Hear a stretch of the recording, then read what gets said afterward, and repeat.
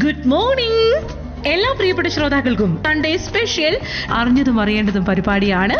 ഞാനാണ് നിങ്ങളുടെ സ്വന്തം സ്വാതിയാണ്. ഇന്നൊരു സ്പെഷ്യൽ ഗസ്റ്റ് നമ്മൾക്ക് കൂടെയുണ്ട് കേട്ടോ.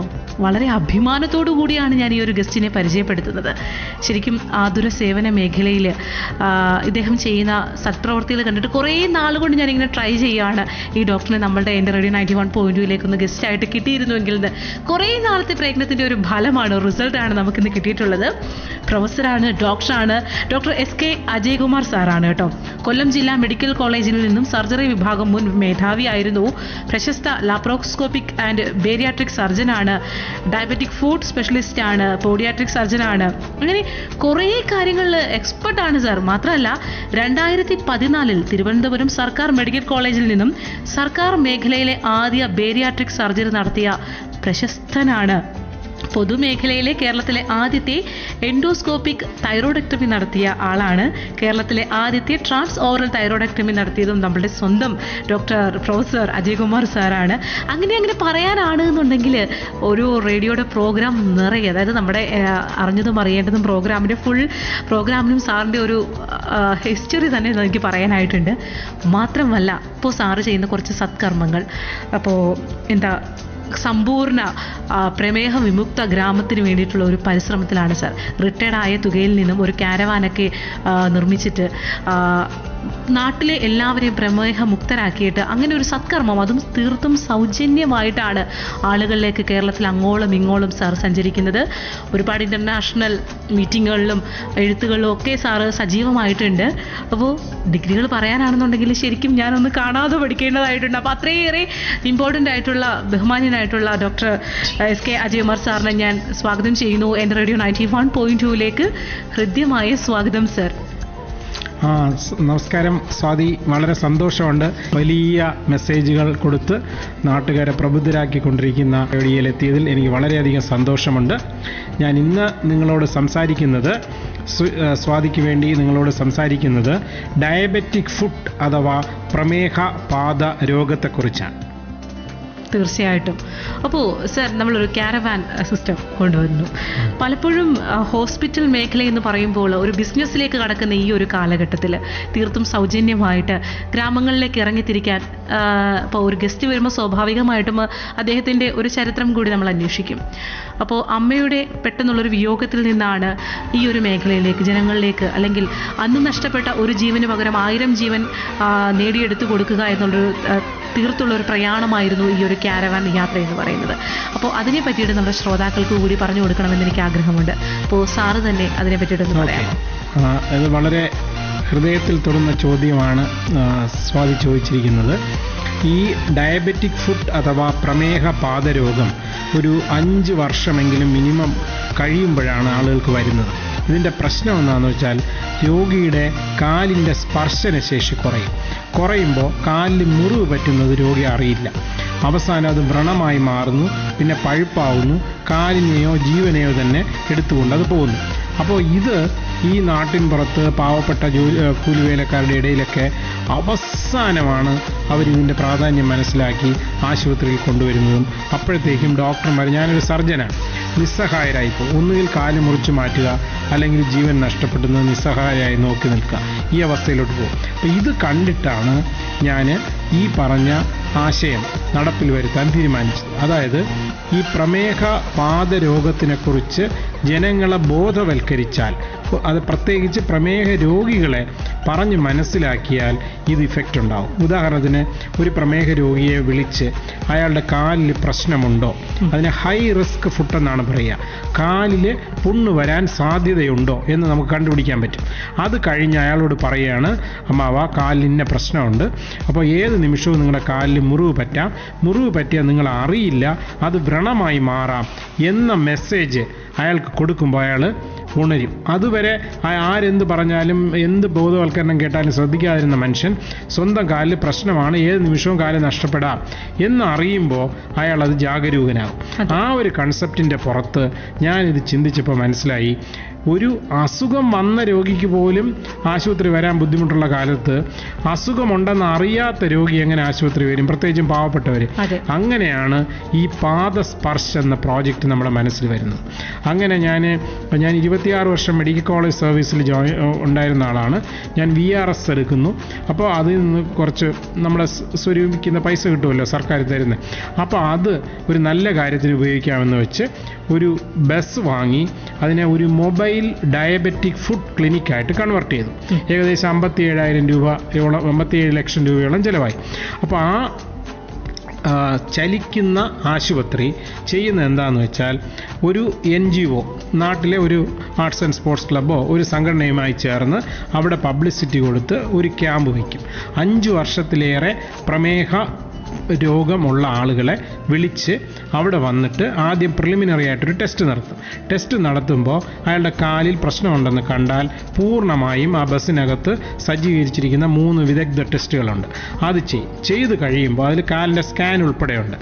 അത് നമ്മുടെ തന്നെ ആശുപത്രി, സരസ്വതി ആശുപത്രി പാറശാല, അവിടെ 1500 രൂപയാവുന്ന ടെസ്റ്റ് പൂർണ്ണമായും സൗജന്യമായിട്ടാണ് ചെയ്യുന്നത്. ചെയ്ത് കഴിയുമ്പോൾ നമുക്ക് വ്യക്തമായിട്ട് മനസ്സിലാവും അയാളുടെ കാലിൽ പ്രോബ്ലം ഉണ്ട് അല്ലെങ്കിൽ ഇല്ല. അപ്പോൾ അങ്ങനെ ഉണ്ടെങ്കിൽ അതിൻ്റെ കൗൺസിലിങ്ങും എങ്ങനെയാണ് കാല് സംരക്ഷിക്കേണ്ടതെന്നും പറഞ്ഞു കൊടുക്കും. ഇനി കാലിൽ വ്രണമുണ്ട്, പക്ഷേ രോഗി വകവയ്ക്കില്ല, കാരണം വേദനയില്ല, അതിൻ്റെ പുറത്ത് ചവിട്ടി നടക്കും. അപ്പോൾ ഒരു ചെമ്പരത്തി പൂവിനെ ഡെയിലി ചവിട്ടി എങ്ങനെ ഇരിക്കും, അതായ അവസ്ഥയാണ് കാലിലെ വ്രണത്തിൻ്റെ അവസ്ഥ. അപ്പോൾ അയാളുടെ ചികിത്സയ്ക്ക് വേണ്ട ഏർപ്പാട് ചെയ്യും. ഉദാഹരണത്തിന് ഒരു പാവപ്പെട്ട രോഗിയാണ്, കൂലിവേലക്കാരനാണ്, ജോലിക്ക് പോകാൻ നിവർത്തിയില്ല, അയാൾക്കൊരു ഓപ്പറേഷൻ വേണം, പൂർണ്ണമായും സൗജന്യമായിട്ട് നമ്മൾ ചെയ്തു കൊടുക്കും. ഇപ്പോൾ റോട്ടറി ക്ലബ്ബുമായിട്ട് ചേർന്ന് ഞങ്ങൾ 24 ലക്ഷം രൂപയുടെ പ്രോജക്റ്റ് ചെയ്തുകൊണ്ടിരിക്കുകയാണ്.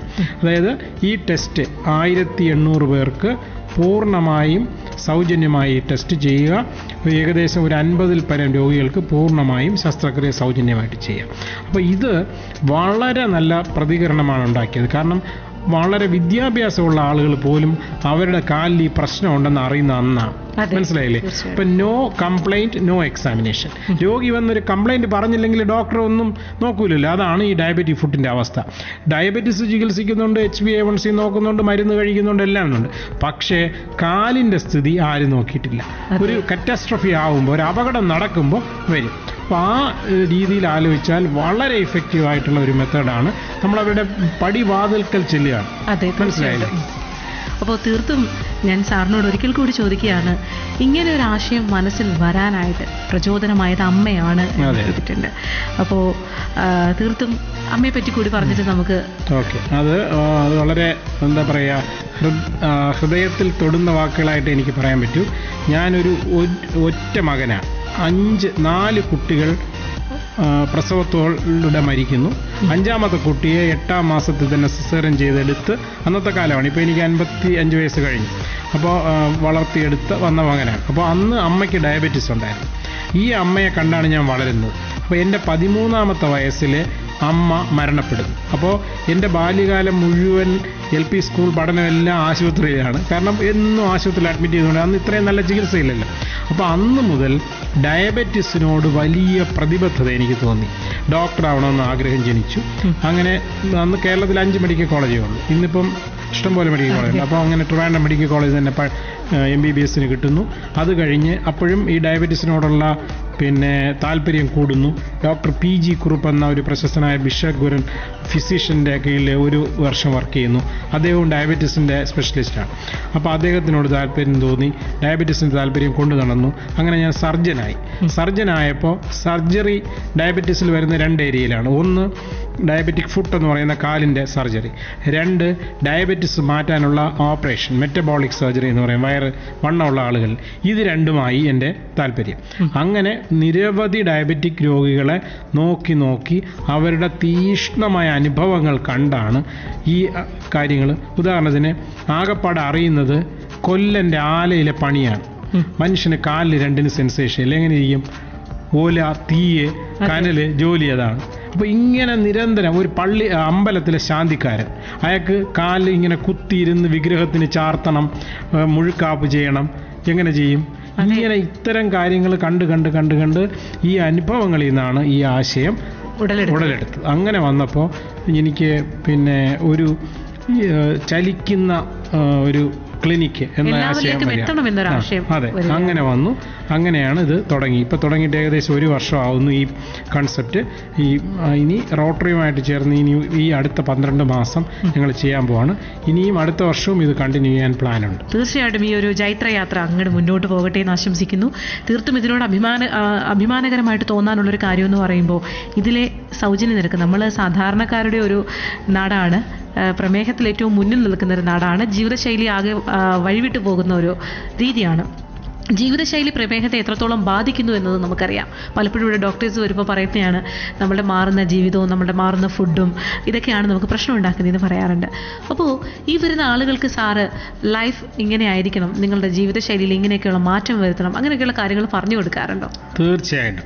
അതായത് ഞങ്ങളുടെ അപ്രോച്ച് തന്നെ, അതിൻ്റെ ഡിഫറൻസ് എന്ന് പറയുന്നത് ഈ ബോധവൽക്കരണം അല്ലെങ്കിൽ diabetic education, diabetic food education ഒരു പ്രധാന ഘടകമാണ്. ഇപ്പം ഞങ്ങളുടെ ഹോസ്പിറ്റലിൽ ഡയബറ്റിക് ഫുഡ് എഡ്യൂക്കേഷൻ ഒരു ടീം തന്നെയുണ്ട്. MSW പോലെയുള്ള കാര്യങ്ങൾ പഠിച്ച ഒരു ടീമുണ്ട്. അപ്പോൾ ഈ കാലിൻ്റെ കാര്യം ഒരു എക്സാമ്പിളായിട്ട് പറഞ്ഞാൽ, അവൻ്റെ കാലിൽ പ്രശ്നമാണ്, പിന്നെ ചെരുപ്പ് ഇട്ടേ നടക്കാവൂ എന്നൊക്കെ പറഞ്ഞാലും ഒരു 100 പ്രാവശ്യം പറഞ്ഞാലും അവർ ചെയ്യൂല. കാരണം എന്താണെന്നറിയോ? അവർക്ക് പെയിൻ ഇല്ലാത്തതുകൊണ്ട് അവർക്കതൊരു ബോധറേഷൻ ഇല്ല, ബുദ്ധിമുട്ടില്ല. അപ്പോൾ ഇതിങ്ങനെ കൊച്ചുകുട്ടി, നഴ്സറിയിലെ കുട്ടിയെ ഇങ്ങനെ ഹാമർ ചെയ്ത് പാട്ട് പഠിപ്പിക്കുന്ന പോലെ വടിയും വെച്ച് ചെവിക്ക് പിടിച്ച് പറഞ്ഞ് മാത്രമേ അവരെ ശരിയായ പാതയിൽ നയിക്കാൻ പറ്റുള്ളൂ. പ്രത്യേകിച്ചും ഒരു 50 വയസ്സിന് ശേഷമുള്ളവരായിരിക്കും ഇതിൻ്റെ ഇരകൾ.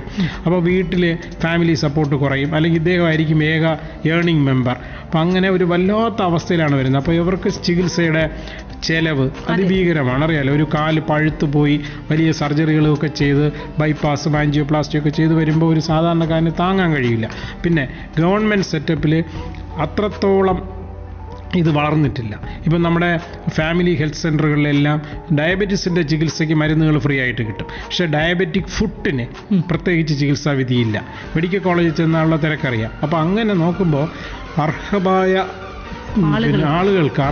ആളുകൾക്ക് ഇത് ചികിത്സ സൗജന്യമായി കിട്ടാനുള്ള സംവിധാനം വളരെ കുറവാണ്. അതിൽ അഫക്റ്റ് ആവുന്നതും ഭൂരിഭാഗവും താഴേക്കിടയിലുള്ള ആളുകളാണ്.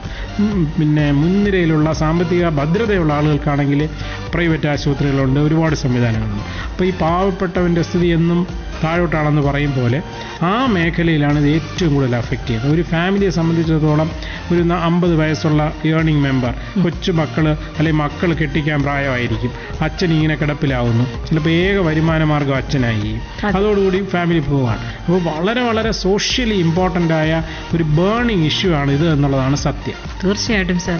അപ്പോൾ ഇങ്ങനൊരു ആശയം മനസ്സിൽ ഉടലെടുത്തതിനും നമുക്ക് അഭിമാനമാണ്.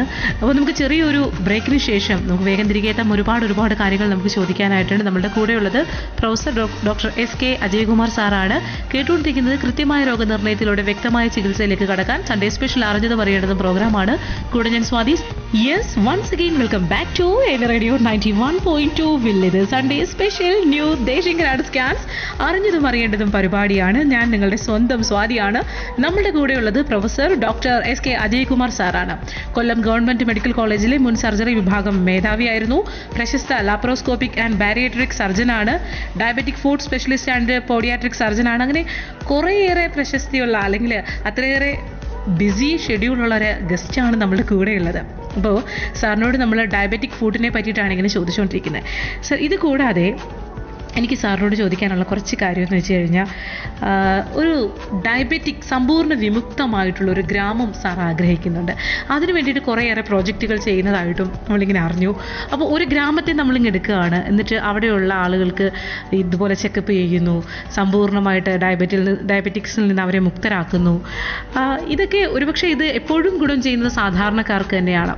എപ്പോഴും പണം ഒരു വില്ലനായിട്ട് നിൽക്കുമ്പോൾ ദൈവത്തിൻ്റെ രൂപത്തിൽ ആതുര സേവന മേഖല ഇങ്ങനെ എത്തുമ്പോൾ, അതും ഇത്രയേറെ എക്സ്പെർട്ടായിട്ടുള്ള എക്സ്പീരിയൻസ് ഉള്ള ഒരു ഡോക്ടർ വരുമ്പോൾ അത് സാധാരണക്കാർക്കൊരു അഭയകേന്ദ്രം തന്നെയാണ്.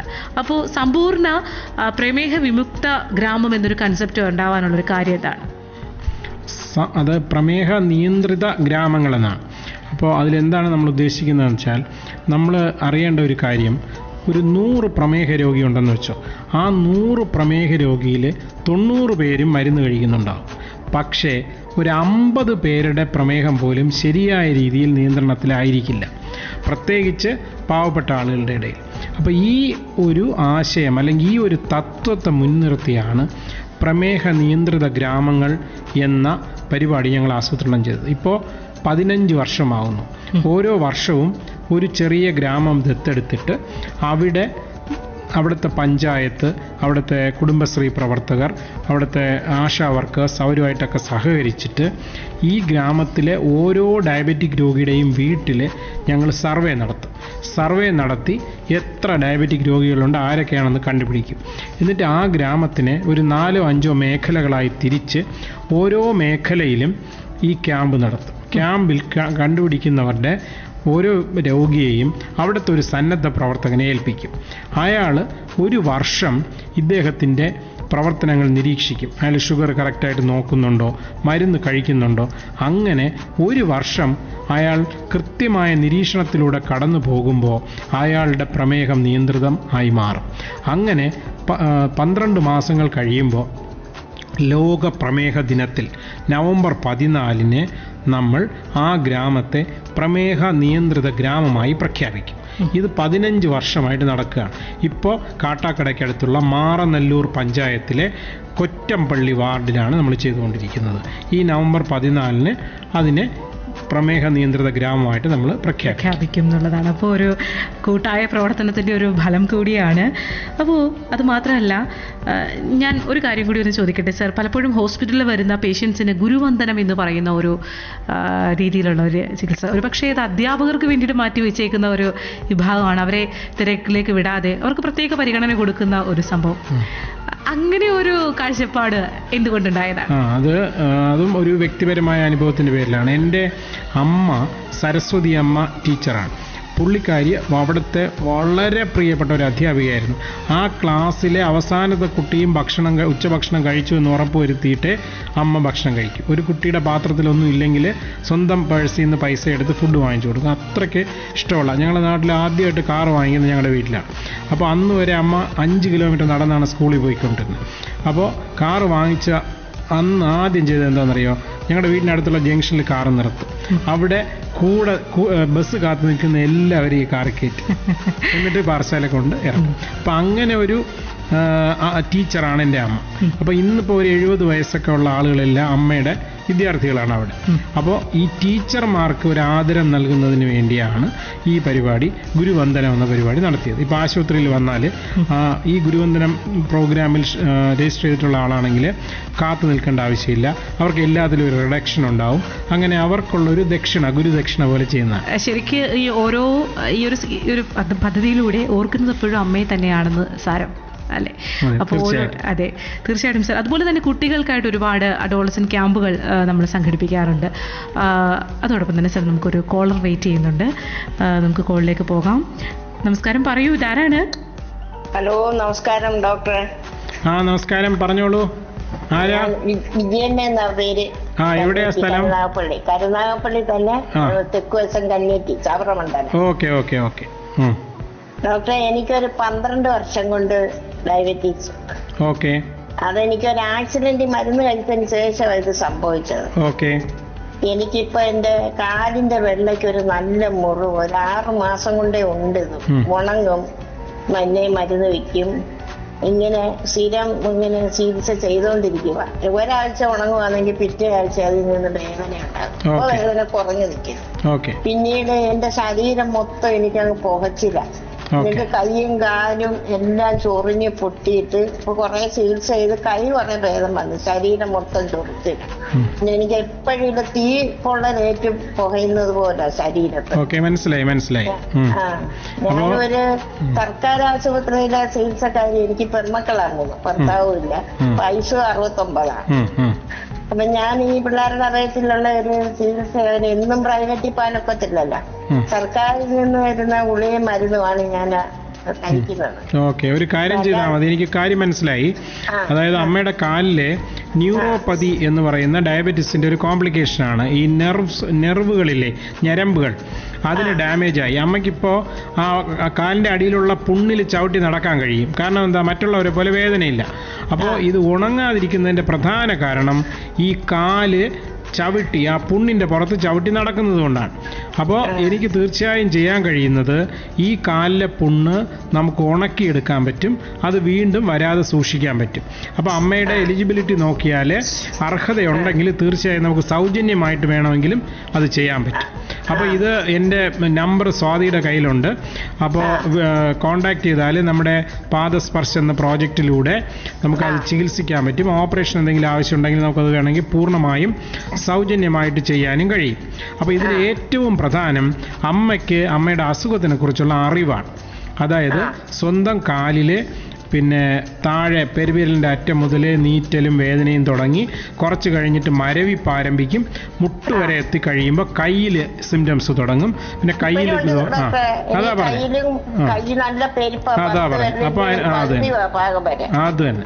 അപ്പോൾ അതിങ്ങനെ വർദ്ധിച്ചുകൊണ്ടിരിക്കുന്ന ഒരവസ്ഥയാണ്. അപ്പോൾ കാലിൽ നമ്മൾ ചെയ്യേണ്ട ഒരു പ്രധാന കാര്യം, ഈ ചോദ്യം ചോദിച്ചത് നന്നായി, നമ്മുടെ കാലുകളെ കണ്ണിൻ്റെ കൃഷ്ണമണി പോലെ നമ്മൾ സൂക്ഷിക്കണം.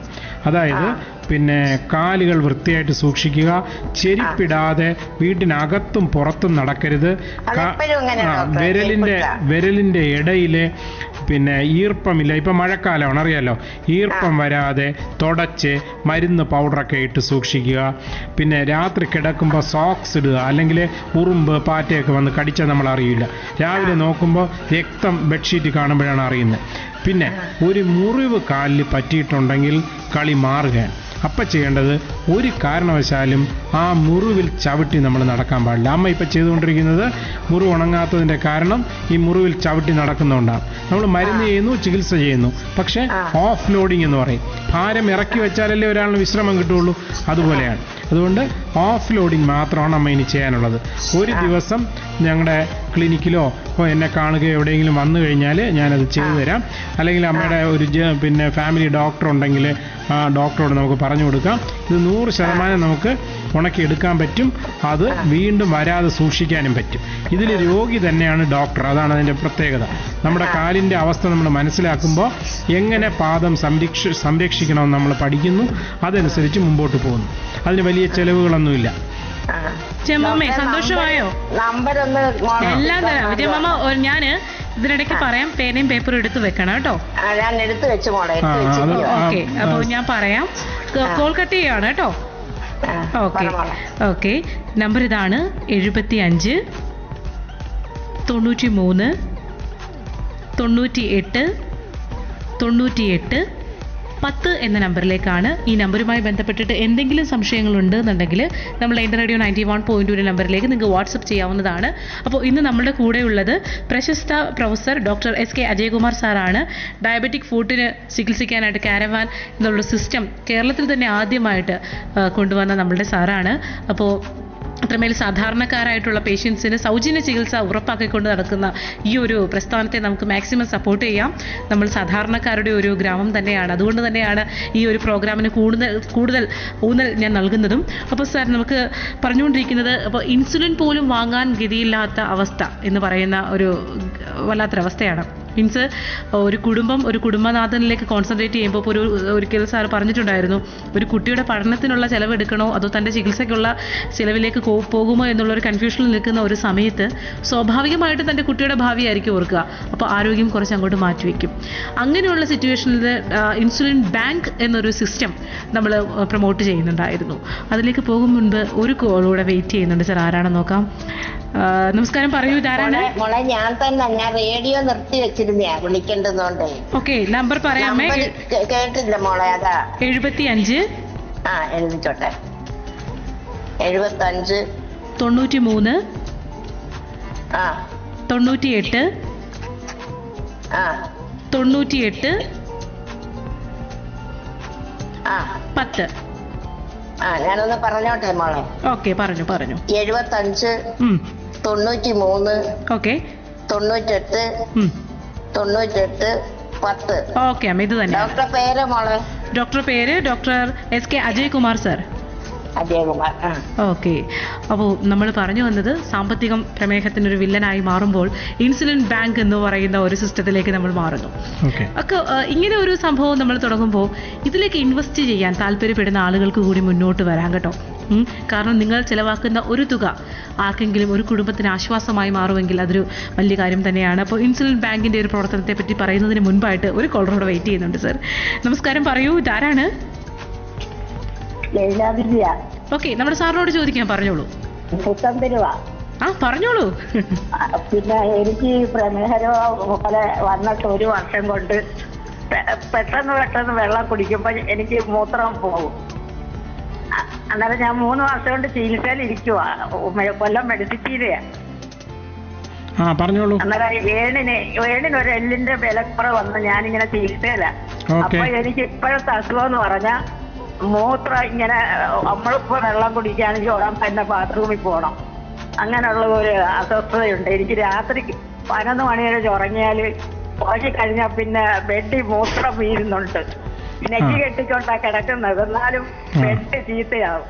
അങ്ങനെയൊക്കെയുള്ള പ്രയാസങ്ങൾ ഉപ്പായിക്കുണ്ട്. മനസ്സിലായി. അപ്പൊ ഉമ്മയ്ക്ക് അങ്ങനെ കാലിന്റെ അടി ഞാൻ എല്ലാരും പറയും ചെരുപ്പ് എന്നെ വീഴുമെന്നും പറഞ്ഞ് ഞാൻ ചെരുപ്പ് ഉപയോഗിക്കുന്നില്ല. അപ്പോ കാലിന്റെ അടി ഒരു വ്രണങ്ങളോ ശരീരം, എന്റെ ശരീരം എപ്പോഴും എന്തോ നല്ല ശരീരം എന്റെ. ഓക്കെ, അപ്പൊ എനിക്ക് മനസ്സിലായി അമ്മ.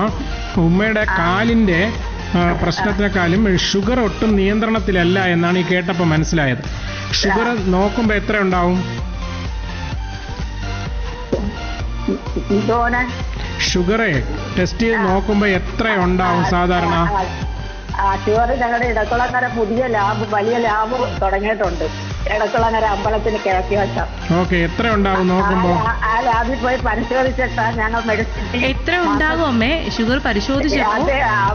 അവര് പറയും ഉമ്മായിക്കും ഈ അസുഖങ്ങളൊന്നും ഇല്ല, എല്ലാം കറക്റ്റാന്നും പറഞ്ഞ് ഞങ്ങൾ 600 രൂപ കൊടുത്ത് അതിന്റെ റിസൾട്ട് വാങ്ങിച്ച് മെഡിസിറ്റിൽ പോകും. എത്രയാണ് ബ്ലഡ് ഷുഗർ നമുക്ക് അറിയില്ല, അതായത് അല്ല ഇപ്പൊ ഞങ്ങൾ പരിശോധിക്കും. അന്നേരം ഞാൻ ഇനിയിപ്പോ എണ്ണുണ്ട് മോന്റെ 200-ന് മുകളില് ഉണ്ടെങ്കിൽ ഷുഗർ നല്ല കൂടുതലാണെന്നർത്ഥം. ആദ്യം ഷുഗർ നിയന്ത്രിക്കണം. മെഡിസിറ്റി പോയി ചികിത്സിക്കുമ്പോൾ അവർ നിയന്ത്രിച്ചോളും. പിന്നെ കാലുകളെ സംരക്ഷിക്കണം. പിന്നെ ഷുഗറും നിയന്ത്രിച്ച് കാലുകളെയും സൂക്ഷിച്ച് മുമ്പോട്ട് പോകുമ്പോൾ വീണ്ടും ആ മൂത്രത്തിൻ്റെ പ്രശ്നം വരികയാണെങ്കിൽ അവിടെ തന്നെ അല്ലെങ്കിൽ ഒരു യൂറോളജി ഡോക്ടറിനെ കാണിക്കണം. അപ്പോൾ ഈ മൂത്രത്തിൻ്റെ പ്രശ്നം എന്താണെന്ന് അവർ നോക്കി കണ്ടുപിടിക്കും. ഡയബറ്റീസ് രോഗികൾക്ക് ഈ പറയുന്നത് പോലെ വരാൻ സാധ്യതയുണ്ട്. അപ്പോൾ അത് കുഴപ്പമുള്ളതാണോ? പ്രമേഹം നിയന്ത്രിച്ചു കഴിയുമ്പോൾ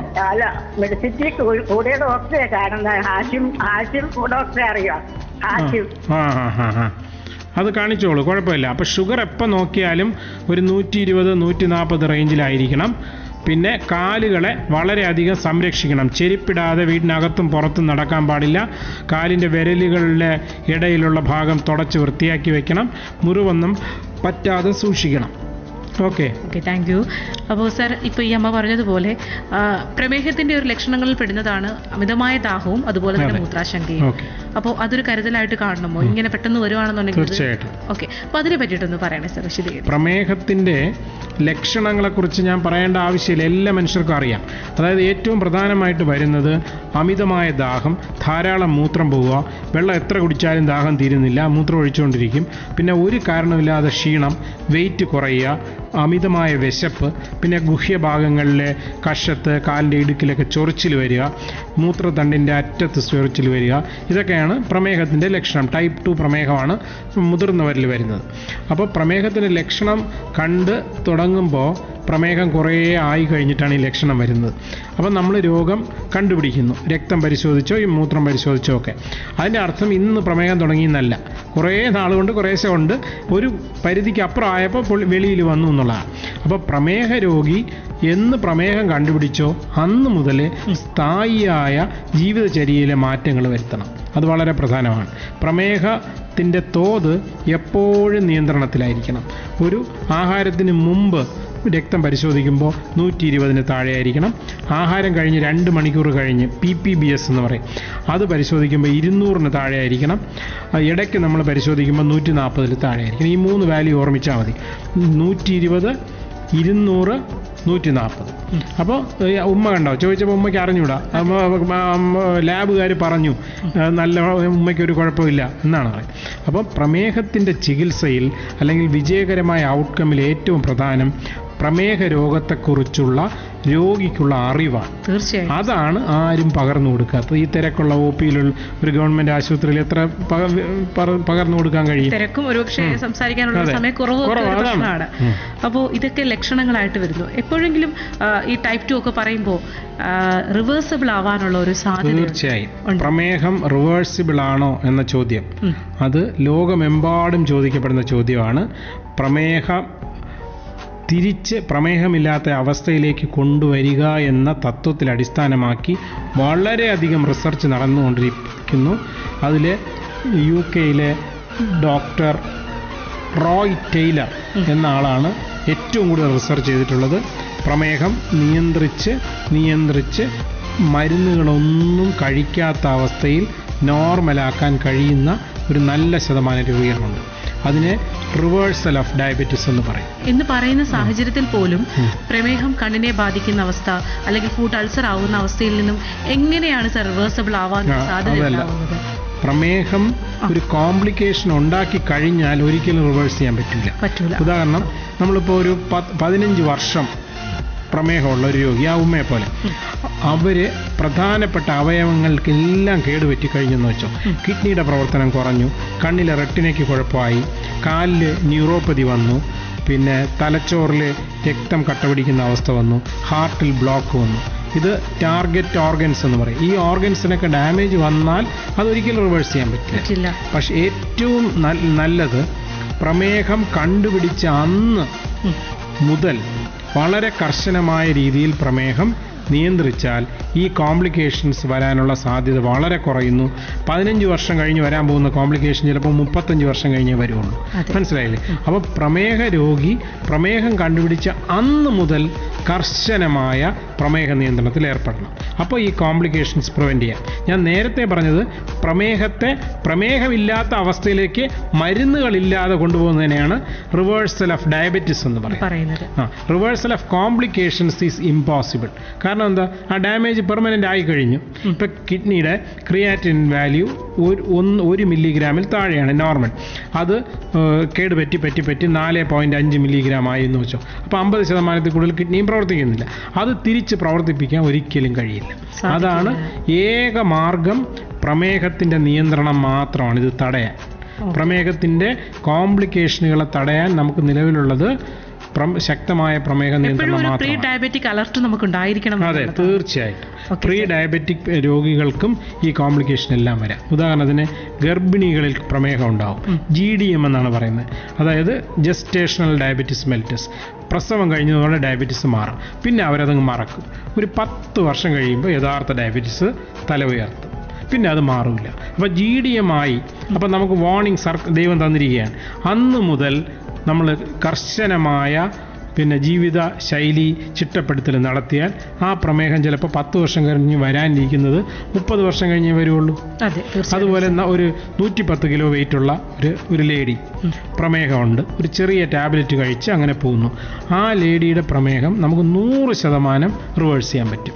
വെയിറ്റ് കൃത്യമായ അളവിൽ കുറച്ച്, ഒന്നുകിൽ ബാരിയാട്രിക് അല്ലെങ്കിൽ മെറ്റബോളിക് സർജറി ചെയ്തിട്ട്, 2 നല്ല ശക്തമായ വ്യായാമവും ആഹാര നിയന്ത്രണവും കൊടുത്ത് നോർമൽ വെയിറ്റ് ആക്കി മാറ്റിയാൽ മാത്രം മതി ആ പ്രമേഹം ഇല്ലാത്ത അവസ്ഥയിലോട്ട്. അപ്പോഴും അമിതവണ്ണവും ഒരു പ്രമേഹത്തിന്റെ കാരണക്കാരനായിട്ട് മാറാറുണ്ട്. തീർച്ചയായും. അപ്പോൾ അവിടെയും ഈ ബാരിയാട്രിക് സർജറി എന്ന് പറയുന്ന വിഭാഗം വരുമ്പോൾ എനിക്ക് തോന്നുന്ന സാർ പറഞ്ഞ പോലെ, സാറിനെ പറ്റി പറയുമ്പോൾ 2014 തിരുവനന്തപുരത്ത് സർക്കാർ മെഡിക്കൽ കോളേജിൽ നിന്നും ആദ്യമായിട്ട് ബാരിയാട്രിക് സർജറി നടത്തിയ ഡോക്ടറാണ് നമ്മുടെ കൂടെയുള്ളത്.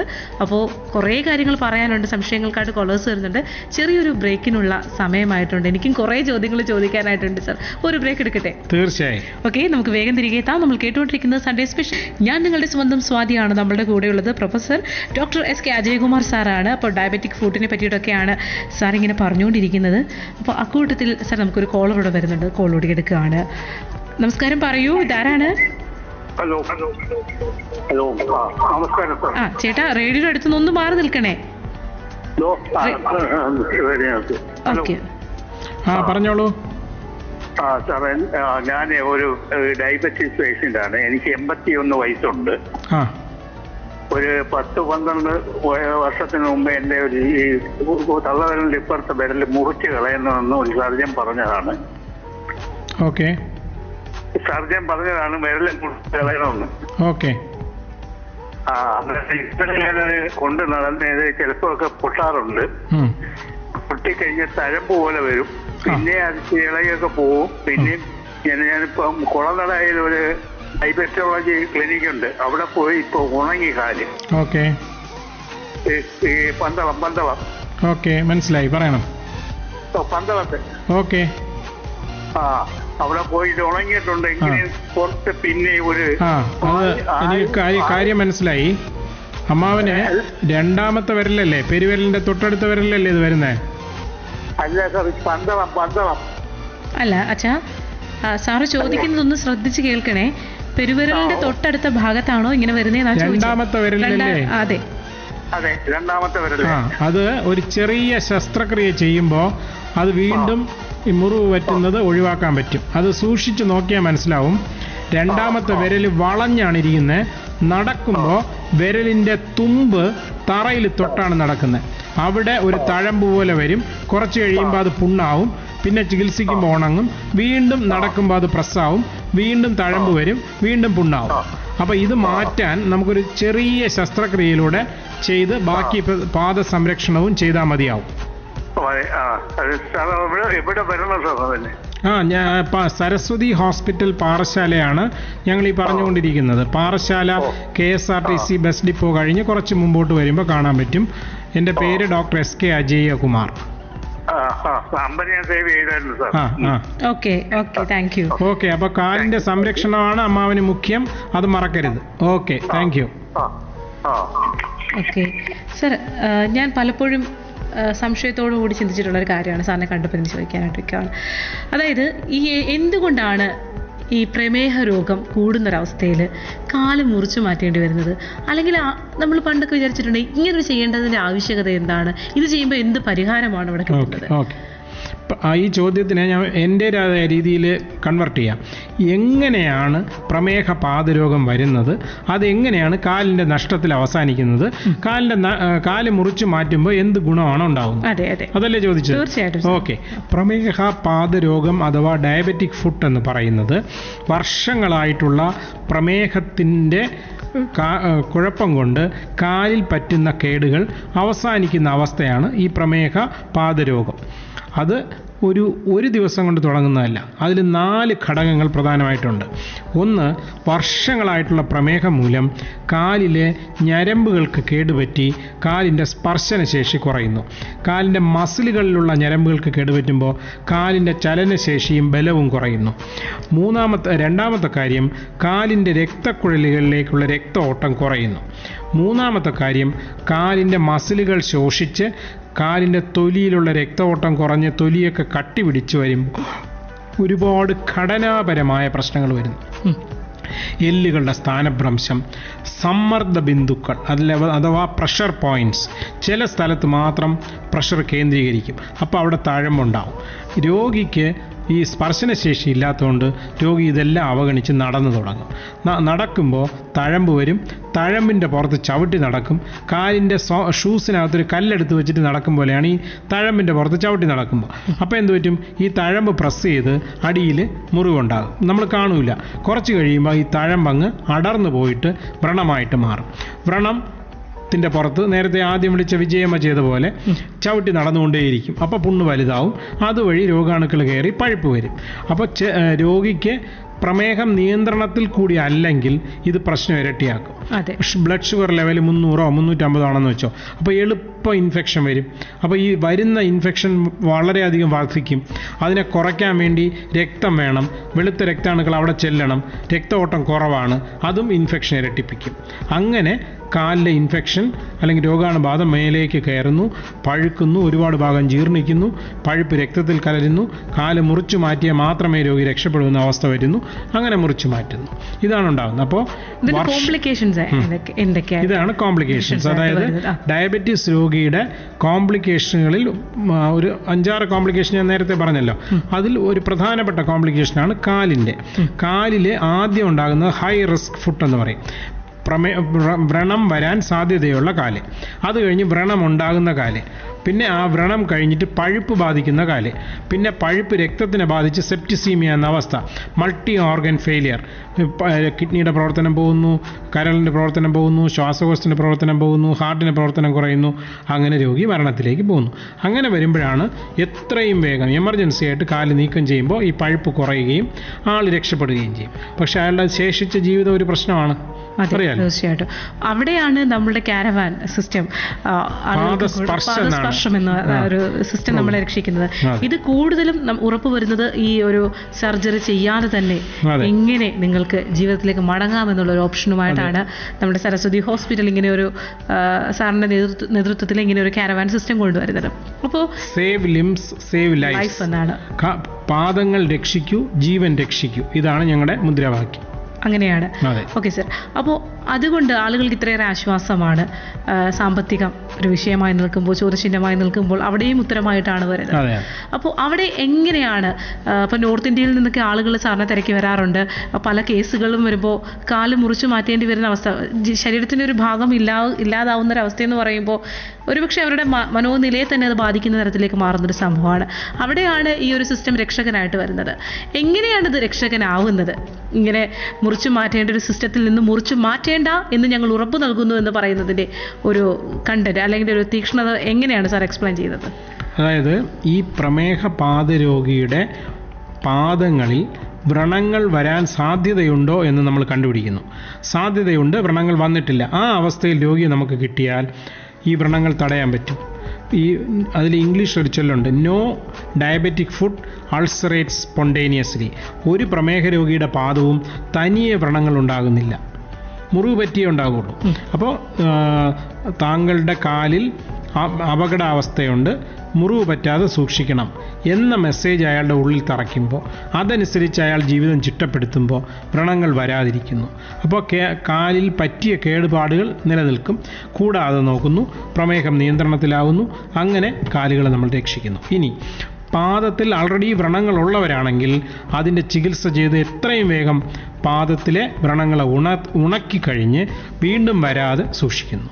അതെ, ഇതാണ് പാദങ്ങളെ സേവ് ചെയ്യുക അഥവാ രക്ഷിക്കുക എന്ന അവസ്ഥയിലൂടെ നമ്മൾ ചെയ്യുന്നു. Okay sir. അപ്പോൾ ഇനി ഞാൻ ആദ്യം ചോദിച്ചിട്ട് നമ്മൾ കംപ്ലീറ്റ് ചെയ്യാതെ പോയൊരു സംഭവമാണ് നമ്മുടെ ഇൻസുലിൻ ബാങ്ക് എന്ന് പറയുന്ന ഒരു സിസ്റ്റം.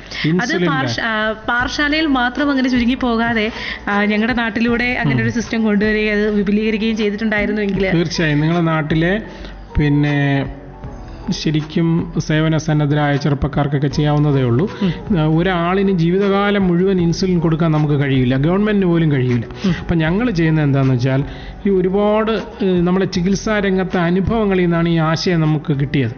അതായത് ഒരു നല്ല ബുദ്ധിമുട്ടുള്ള കുടുംബത്തിലെ ഒരു മുതിർന്ന ആളിന് കടുത്ത പ്രമേഹം ഉണ്ടെന്ന് വെച്ചോ, അയാൾ ഒരു ദിവസം 40 യൂണിറ്റ് വെച്ച് 3 നേരം എടുക്കുന്നു. അയാൾക്ക് ഒരു 120 യൂണിറ്റ് ഇൻസുലിൻ ഒരു ദിവസം വേണം. അപ്പോൾ ഒരു ഇൻസുലിൻ പെന്നിൽ പോലും 300 യൂണിറ്റേ ഉള്ളൂ, ഒരു ഇൻസുലിൻ ബോട്ടിൽ 200 യൂണിറ്റേ ഉള്ളൂ. എത്ര ദിവസം കഴിയും? എത്ര ദിവസം വാങ്ങിക്കും? മോനോ മരുമകളോ ഒക്കെ പൈസ കൊടുത്താലാണ് വാങ്ങിക്കാൻ പറ്റുന്നത്. അപ്പോൾ കഷ്ടപ്പെട്ട് ആ പൈസ ഇപ്പോൾ വാർദ്ധക്യകാല പെൻഷൻ വരുന്ന കാത്തിരിക്കും. 1200 രൂപ കിട്ടിയാൽ പെൻഷൻ വാങ്ങിക്കാം. അതിലോട്ട് ഇറങ്ങി ചെന്നാലേ നമുക്ക് അതിൻ്റെ തീക്ഷ്ണത മനസ്സിലാവും. അപ്പോൾ ഒരു ദിവസം അയാൾക്ക് പൈസയില്ല, നാളെ ഇൻസുലിൻ വാങ്ങിക്കാൻ കാശില്ല. അയാൾ എന്ത് ചെയ്യും? മോനോട് ചോദിക്കും. ചിലപ്പോൾ മോൻ അതിനേക്കാളും സാമ്പത്തിക ബാധ്യതയിലായിരിക്കും. അവനങ്ങനെ മുടക്കും ഇൻസുലിൻ. അദ്ദേഹം ഇൻസുലിൻ എടുക്കില്ല, 1-2 ആഴ്ച എടുക്കില്ല. പിന്നെ അതിനങ്ങ് സൗകര്യപൂർവ്വം മറക്കും. 1 മാസമായി, 2 മാസമായി, ഷുഗർ കൂടി, ഡയബറ്റിക് കീറ്റോസിഡോസ് എന്ന് പറയുന്ന അബോധാവസ്ഥ വരുന്നു, അല്ലെങ്കിൽ കാലിന് മുറിവ് വരുന്നു, അല്ലെങ്കിൽ വേറെ എന്തെങ്കിലും ഇൻഫെക്ഷൻ വരുന്നു, അല്ലെങ്കിൽ ന്യൂമോണിയ വരുന്നു. സംഭവം തകിടം മറിഞ്ഞില്ലേ? അപ്പോൾ ഞങ്ങൾ ചെയ്തത്, ഒരു രോഗിക്കും സാമ്പത്തിക നിസ്സഹായത കൊണ്ട് ഇൻസുലിൻ മുടങ്ങാൻ പാടില്ല. ഇൻസുലിൻ ഒരാളിന് ജീവിതകാലം മുഴുവൻ നമ്മൾ കൊടുക്കുക എന്ന് പറഞ്ഞാൽ പെൻഷൻ കൊടുക്കുന്ന പോലെയാണ്. അതൊരിക്കലും ഒരാളിന് കഴിയില്ല. അപ്പോൾ ഞങ്ങൾ ചെയ്യുന്നത്, നല്ല മനുഷ്യരുടെ മനസ്സറിഞ്ഞ് അവർ ഇൻസുലിൻ നമുക്ക് സംഭാവന ചെയ്യും ബാങ്കിലേക്ക്, അല്ലെങ്കിൽ ഡൊണേറ്റ് ചെയ്യുന്ന പോലെ ബാങ്കിൽ നിക്ഷേപിക്കും. അപ്പോൾ ഇൻസുലിൻ്റെ ഒരു സ്റ്റോറേജ് ഞങ്ങൾക്കുണ്ട്. ഒരു 300 ബോട്ടിൽ ഇൻസുലിൻ എപ്പോഴും ഉണ്ടെന്ന് വെച്ചോ. അപ്പോൾ രാജേന്ദ്രൻ എന്ന മനുഷ്യന് നാളത്തേക്ക് ഇൻസുലിൻ ഇല്ല, അവൻ്റെ മകൻ്റെ പൈസ കിട്ടാൻ ഇനി 10 ദിവസം കൂടെ ഉണ്ട്. ഒരു 10 ദിവസത്തേക്ക് ഞാൻ പിടിച്ചു നിന്നാൽ ആ ഇൻസുലിൻ തിരിച്ചു തരാം സാറേ, എനിക്ക് ഒരു ഇൻസുലിൻ തരണം. നമ്മൾ ഈ ഒരു ഇൻസുലിൻ ബോട്ടിൽ കൊടുക്കും. അദ്ദേഹം ഇൻസുലിൻ മുടങ്ങാതെ എടുക്കും. എന്നിട്ട് മോൻ്റെ പൈസ വരുമ്പോൾ ചിലപ്പോൾ 2 ഇൻസുലിൻ വാങ്ങിച്ചു തരും. ലോൺ കൊടുത്താൽ പലിശയോട് കൂടിയല്ലേ അടയ്ക്കണം. അപ്പോൾ അങ്ങനെ ഈ ഇൻസുലിൻ ബാങ്കിൻ്റെ ഡെപ്പോസിറ്റ് വർദ്ധിച്ചുകൊണ്ടിരിക്കും. പിന്നെ ചില ആൾക്കാർ സൗജന്യമായിട്ട് കൊടുക്കേണ്ടി വരും, കാരണം അവർക്ക് കാർഡ് വാങ്ങിക്കാനില്ല. അപ്പോൾ ഡെപ്പോസിറ്റ് ചെയ്യാം, ലോൺ എടുക്കാം, ഫ്രീ ആയിട്ട് വാങ്ങിക്കാം, ലോൺ എഴുതി തള്ളുകയല്ലേ സർക്കാർ, അതുപോലെ. അങ്ങനെ ഒരു ബാങ്കിൻ്റെ മോഡലിൽ ഇൻസുലിൻ മുടങ്ങിപ്പോകാതിരിക്കാൻ വേണ്ടി ചെയ്യുന്ന ഒരു സംവിധാനമാണ് സരസ്വതി സൗജന്യ ഇൻസുലിൻ ബാങ്ക്.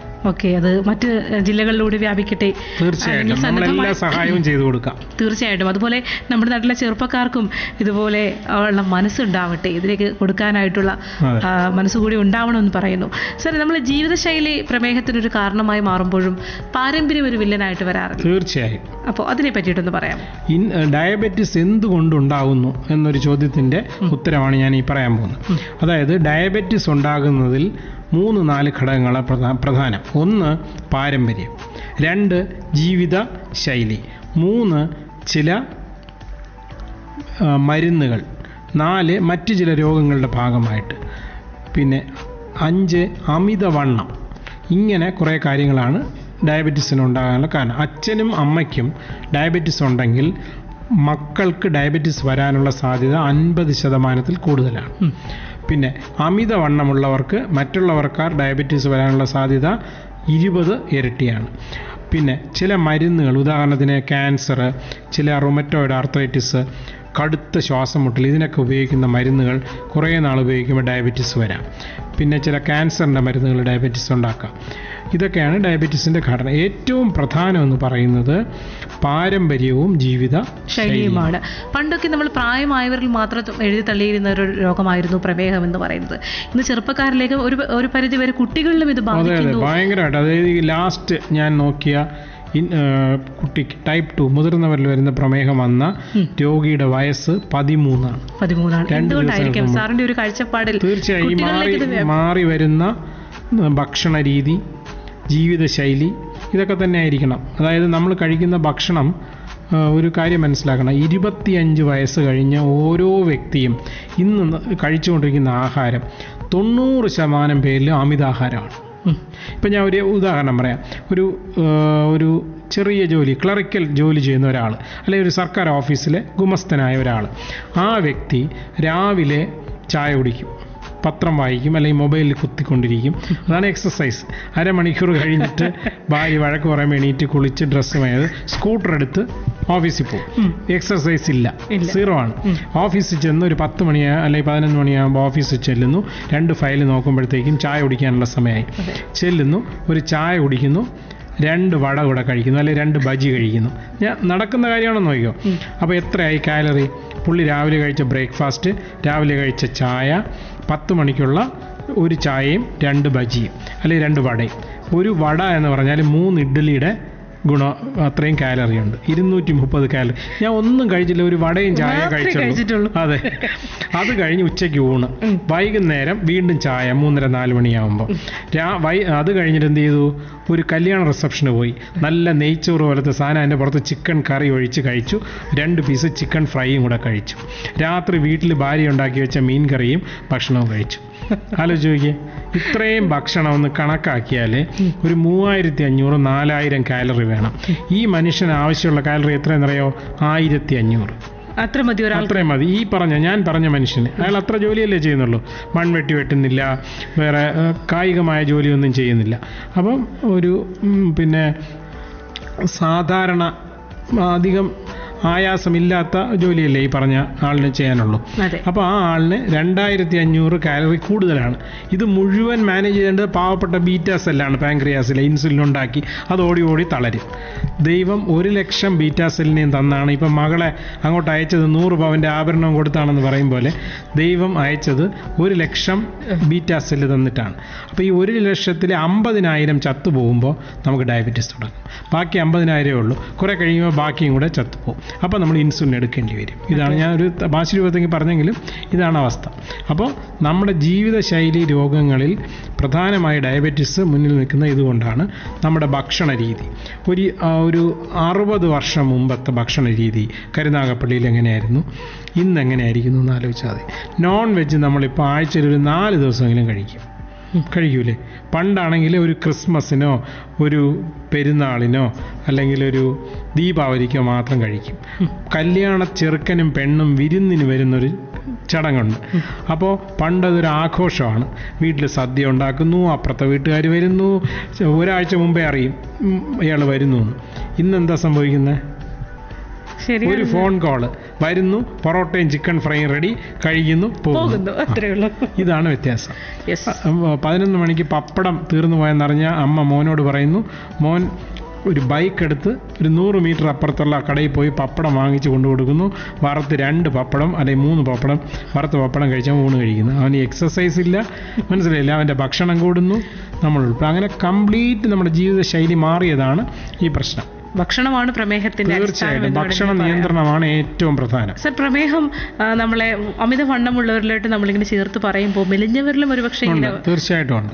മെലിഞ്ഞവരിലും പ്രമേഹം ധാരാളം വരാം. ഒരുപാട് ടൈപ്പ്, ഞാൻ ലഘൂകരിച്ച് പറയുന്നെങ്കിലും പ്രമേഹം ഒരുപാട് തരത്തിലുണ്ട്. ജനറലി നമ്മൾ പറയുന്ന ടൈപ്പ് 2 പ്രമേഹം അമിതവണ്ണക്കാരിൽ വളരെ കൂടുതലാണ്. മെലിഞ്ഞ ആളുകളിൽ വരുന്ന പ്രമേഹമുണ്ട്. പിന്നെ കൊടുങ്കാറ്റ് പോലെ ബീറ്റാ സെല്ലുകളെയൊക്കെ കൊന്ന് ഏതാനും വർഷം കൊണ്ടൊരു ടൈപ്പ് 1 പ്രമേഹം പോലെ ആയി മാറി ഇൻസുലിൻ ഡിപ്പെൻഡൻ്റ് ആവുന്ന പ്രമേഹമുണ്ട്, ലാഡ എന്നൊക്കെ പറയും. ഒരുപാട് തരം പ്രമേഹങ്ങളുണ്ട്. ജനറലി അമിത ഭക്ഷണം, വ്യായാമക്കുറവ്, ഇത് രണ്ടും പ്രമേഹത്തിന് വളരെ ദോഷകരമാണ്. നമുക്കൊരു കോളർ വെയിറ്റ് ചെയ്യുന്നുണ്ട്. നമസ്കാരം, പറയൂ, ഇതാരാണ്? ഹലോ, നമസ്കാരം. നമസ്കാരം, ചോദിക്കാം, പറഞ്ഞോളൂ. ഇത് കരുനാഗപ്പള്ളിയിൽ നിന്നും രാജേന്ദ്രനെ വിളിക്കുന്നു. പറഞ്ഞോളൂ. പറഞ്ഞിട്ട് കാര്യമില്ല. എവിടെ സ്ഥലം? ഡോക്ടർ എന്റെ നമ്പർ തരും, ആ നമ്പറിൽ വിളിച്ചാൽ മതി. നമ്പർ 75 98 98 10. അതെ അജയകുമാർ. അതെ വിളിച്ചാൽ മതി. പാറശാല. അതെ പാറശാലയിൽ എവിടെയാണ്? പാറശാല KSRTC ബസ് ഡിപ്പോയുടെ കുറച്ചപ്പുറത്ത് സരസ്വതി ആശുപത്രി എന്ന് പറയും. KSRTC ബസ് സ്റ്റാൻഡിന്റെ കിഴക്കപ്പുറം. ബസ് സ്റ്റാൻഡ് കഴിഞ്ഞ് കുറച്ചുകൂടെ മുമ്പോട്ട് പോകുമ്പോൾ നമ്മൾ അവിടെ തിരക്കിയാൽ അറിയാം. തിരക്കിയാൽ അറിയാം, ഗൂഗിളിൽ അടിച്ചു നോക്കിയാൽ അറിയാം. അവിടെ പോയി ആരോട് ചോദിച്ചാലും പറഞ്ഞുതരും. സരസ്വതി അങ്ങനെ അതെ, സരസ്വതി ആശുപത്രി. സരസ്വതി ആശുപത്രി എന്നാണ് പാറശാല. അപ്പോൾ എന്തെങ്കിലും സംശയം ഉണ്ടെന്നുണ്ടെങ്കിൽ ഈ നമ്പറിലേക്ക് നിങ്ങൾക്ക് കോൺടാക്ട് ചെയ്താൽ മതി. 75 93 98 98 10 എന്ന നമ്പറിലേക്ക് വിളിച്ചാൽ മതി. നമുക്ക് അടുത്തൊരു കോളറോട് വെയിറ്റ് ചെയ്യുന്നുണ്ട്. സർ, നമസ്കാരം, പറയൂ, ഇതാരാണ്? ഡോക്ടർ നമ്പർ ഒന്ന് വാങ്ങിക്കാന്. ഞാൻ പറയാം, എഴുതിക്കോളൂ. 75 93 98 98 10. ഓക്കെ. അപ്പോൾ സാർ, നമ്മൾ സാറിൻ്റെ ഒരുപാട് മേഖലയെ പറ്റി പറയാനുണ്ട്. നമ്മളിന്ന് കൂടുതൽ കോൺസെൻട്രേറ്റ് ചെയ്തത് മുഴുവനും പ്രമേഹമായിട്ട് ബന്ധപ്പെട്ടിട്ടുള്ള കാര്യമാണ്. കാരണം പ്രമേഹം മുക്ത ഒരു നാട്, പ്രമേഹം ഏറ്റവും കൂടുതലുള്ള ഒരു സംസ്ഥാനമാണ് നമ്മളുടെ കേരളം. ആ ഒരു വലിയ വെല്ലുവിളിയിലേക്കാണ് അതിനെതിരെയുള്ളൊരു പ്രയാണം നടത്തുന്നത് നമ്മളിപ്പോൾ. അപ്പോൾ തീർത്തും ഇച്ചിരി പ്രയാസമുള്ള കാര്യമാണ്. അപ്പോൾ ഈ ഒരു തീരുമാനത്തിന് എന്നും അഭിമാനകരമായിട്ടുള്ളൊരു സംഭവം കൂടിയാണ്.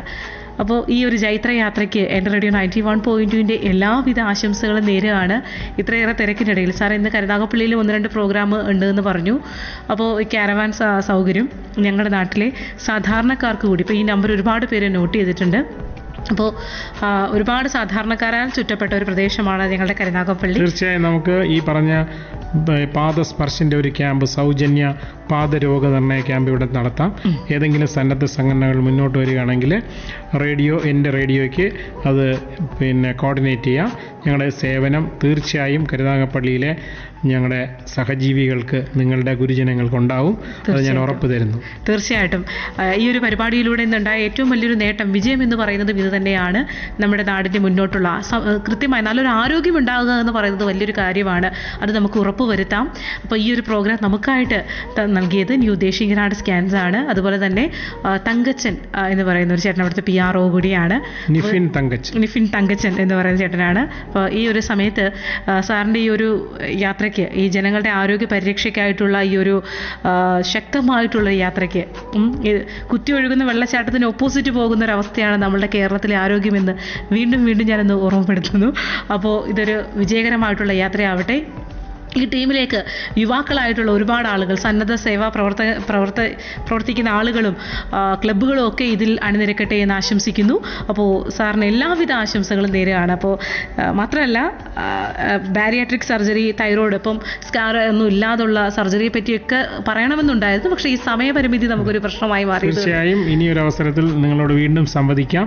ഇവിടെ വരാനും ഈ പ്രഭാതത്തിൽ നിങ്ങളോട് സംസാരിക്കാനും അവസരമൊരുക്കി തന്ന എൻ്റെ റേഡിയോയ്ക്ക് തീർച്ചയായും ഞാൻ ഹൃദയത്തിൻ്റെ ഭാഷയിൽ നന്ദി പറയുന്നു. Thank you sir, thank you so much.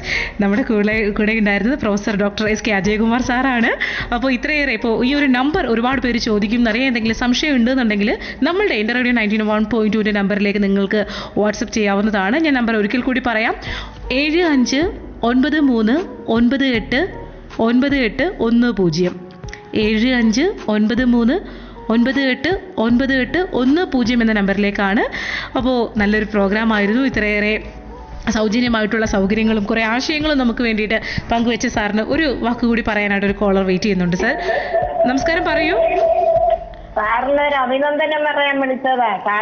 സാറിനും കുടുംബത്തിനും അങ്ങേയറ്റം ആയുസ്സും ആരോഗ്യം ഉണ്ടാവട്ടെ. ഈ ഒരു നല്ല പ്രോഗ്രാം ഞങ്ങളെപ്പോലെ നിവൃത്തിയില്ലാത്ത ആൾക്കാരെല്ലാം ഇത് കേട്ട് അങ്ങേയറ്റം സന്തോഷത്തോടെ ഇരിക്കുന്നുണ്ടോ. ഡോക്ടർക്ക് ഒരു വലിയ അഭിനന്ദനം പറയാൻ വിളിച്ചതാ. ഓക്കെ, വളരെ നന്ദി അമ്മ. ആ കാലുകളും പ്രമേഹവും ഒക്കെ നല്ലവണ്ണം ശ്രദ്ധിക്കുക. ഞാൻ ആദ്യം വിളിച്ച കോളറാണ്. എനിക്കിത് കേട്ടപ്പോ വിജയമ്മ അല്ലേ? പ്രയാസങ്ങൾ ശരി, സന്തോഷം. അതൊന്നും പ്രശ്നമല്ല. അമ്മയ്ക്ക് തനിയെ ഇതെല്ലാം മാനേജ് ചെയ്യാൻ പറ്റും. അതിനൊരു പ്രയാസവും വരില്ല. കൃത്യമായ പ്രമേഹ നിയന്ത്രണം, കൃത്യമായ പാദസംരക്ഷണം. ഓക്കെ, കാലുകളെ കണ്ണിന്റെ കൃഷ്ണമണി പോലെ, സ്വന്തം മക്കളെ സൂക്ഷിച്ച പോലെ, പെൺമക്കളെ സൂക്ഷിച്ച പോലെ കാലുകളെയും സൂക്ഷിക്കുക. നിർത്തട്ടെ. നന്ദി, നമസ്കാരം. Okay, thank you. ഒരുപാട് തിരക്കാണ്, സാറിന് പോകാനായിട്ടുണ്ട്. അപ്പോൾ ഹൃദയത്തിന്റെ ഭാഷയിൽ വീണ്ടും ഞാൻ നന്ദി അറിയിക്കുകയാണ് സർ. അപ്പോൾ നമ്മൾ കേട്ടുകൊണ്ടിരുന്നത് കൃത്യമായ രോഗനിർണയത്തിലൂടെ വ്യക്തമായ ചികിത്സയിലേക്ക് കടക്കാൻ പ്രഗത്ഭരായിട്ടുള്ള റേഡിയോളജിസ്റ്റും ലാബ് ടെക്നീഷ്യന്മാരുമുള്ള new Desinganad scans Sunday special അറിഞ്ഞതും അറിയേണ്ടുന്ന പ്രോഗ്രാമാണ് നമ്മൾ കേട്ടുകൊണ്ടിരുന്നത്. കൂടെ ഉണ്ടായിരുന്നത് ഞാനാണ്, നിങ്ങളുടെ സ്വന്തം സ്വാതി. പാട്ടൊക്കെ പ്ലേ ചെയ്യാൻ നമ്മുടെ സ്വന്തം RJ ആര്യയും കൂടെ ഉണ്ടായിരുന്നു. എല്ലാവർക്കും നല്ലൊരു സൺഡേ ആശംസിക്കുന്നു. സ്റ്റേ ട്യൂൺ 91.2 എൻ്റെ റേഡിയോ. അറിയൂ, ആസ്വദിക്കൂ, ആഘോഷിക്കൂ. അറിഞ്ഞതും അറിയേണ്ടതും പ്രോഗ്രാമിൽ കൂടെ ഞാൻ സ്വാതി.